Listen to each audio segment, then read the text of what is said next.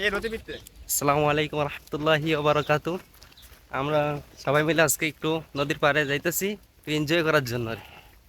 আমাদের সাথে আছে ইমাম প্লাস ইমান ভাই, সাথে আছে শাহিন ভুইয়া, সাজ্জাদ আহমেদ, ইসমাইল জিশান।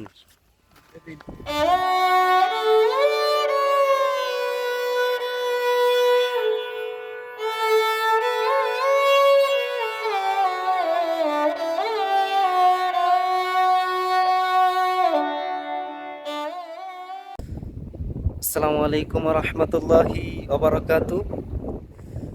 আপনারা দেখতে পাচ্ছেন খুবই সুন্দর একটি প্রকৃতির দৃশ্য, প্রাকৃতিক দৃশ্য। নদীর পাড়েটা তাকে চর বলা হয় আর কি।